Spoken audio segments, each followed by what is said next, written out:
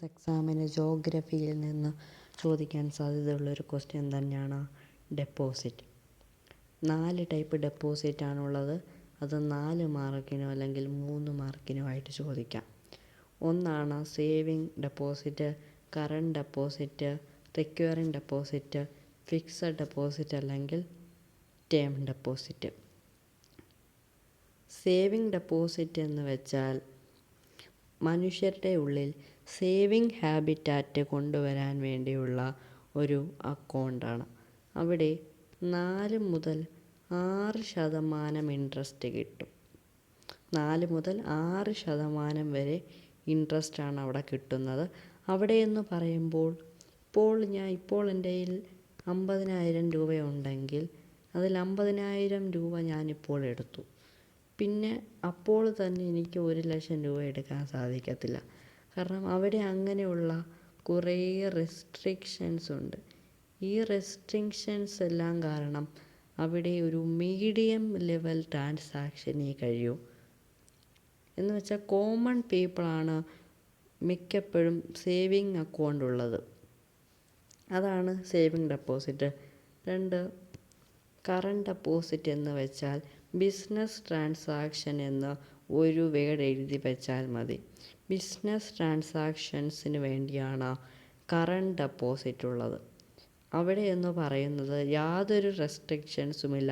അവിടെ എത്ര വേണമെങ്കിലും പൈസ ഇടുകയും ചെയ്യാം, വിഡ്രോ ചെയ്യുകയും ചെയ്യാം. അവിടെ എന്ന് വെച്ചാൽ 1% ഇൻട്രസ്റ്റ് പോലും ഗവൺമെൻറ് ചാർജ് ചെയ്യുന്നില്ല. കാരണം അത് ബിസിനസ് ട്രാൻസാക്ഷൻസുമാണ്. അതുമല്ലാതെ അവിടെ യാതൊരു റെസ്ട്രിക്ഷൻസും കാണില്ല. മൂന്നാമത്തെയാണ് ഫിക്സഡ് ഡെപ്പോസിറ്റ് അല്ലെങ്കിൽ ടേം ഡെപ്പോസിറ്റ് എന്ന് പറയും. ഫിക്സഡ് ഡെപ്പോസിറ്റ് അല്ലെങ്കിൽ ടേം ഡെപ്പോസിറ്റ് എന്ന് പറയും.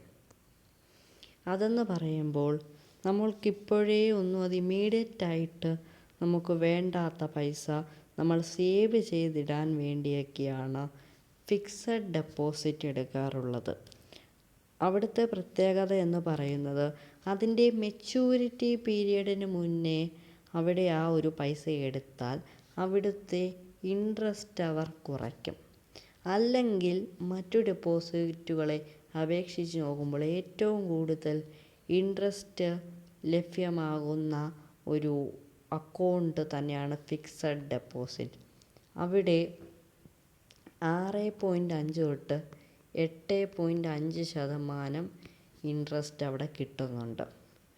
അത്രയും അധികം ഇൻട്രസ്റ്റ് കിട്ടുന്നത് കൊണ്ടാണ് ആ ഒരു മെച്യൂരിറ്റി പീരീഡിന് മുന്നേ വിഡ്രോ ചെയ്താൽ അവിടെ ഡെപ്പോസിറ്ററിന് അവിടെ ഇൻട്രസ്റ്റ് ലഭ്യമാകുന്നത് റെഡ്യൂസ് ചെയ്യുന്നത്.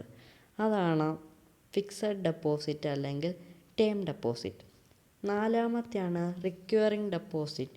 റിക്വയറിങ് ഡെപ്പോസിറ്റ് എന്ന് വെച്ചാൽ ഇത്ര നിശ്ചിത സമയം റെഗുലർ ഇൻ്റർവെൽ ഓഫ് ടൈമിൽ ഇത്ര പൈസ വീതം ഇടുന്നതിനെ വിളിക്കുന്നവരാണ് റിക്വയറിങ് ഡെപ്പോസിറ്റ്.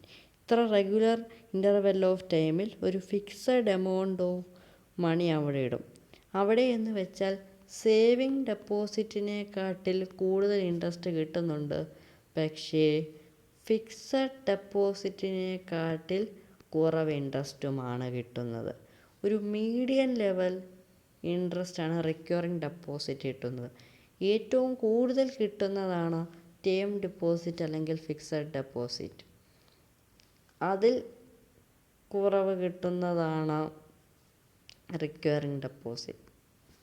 അതിലും കുറവ് കിട്ടുന്നതാണ് സേവിങ് ഡെപ്പോസിറ്റ്.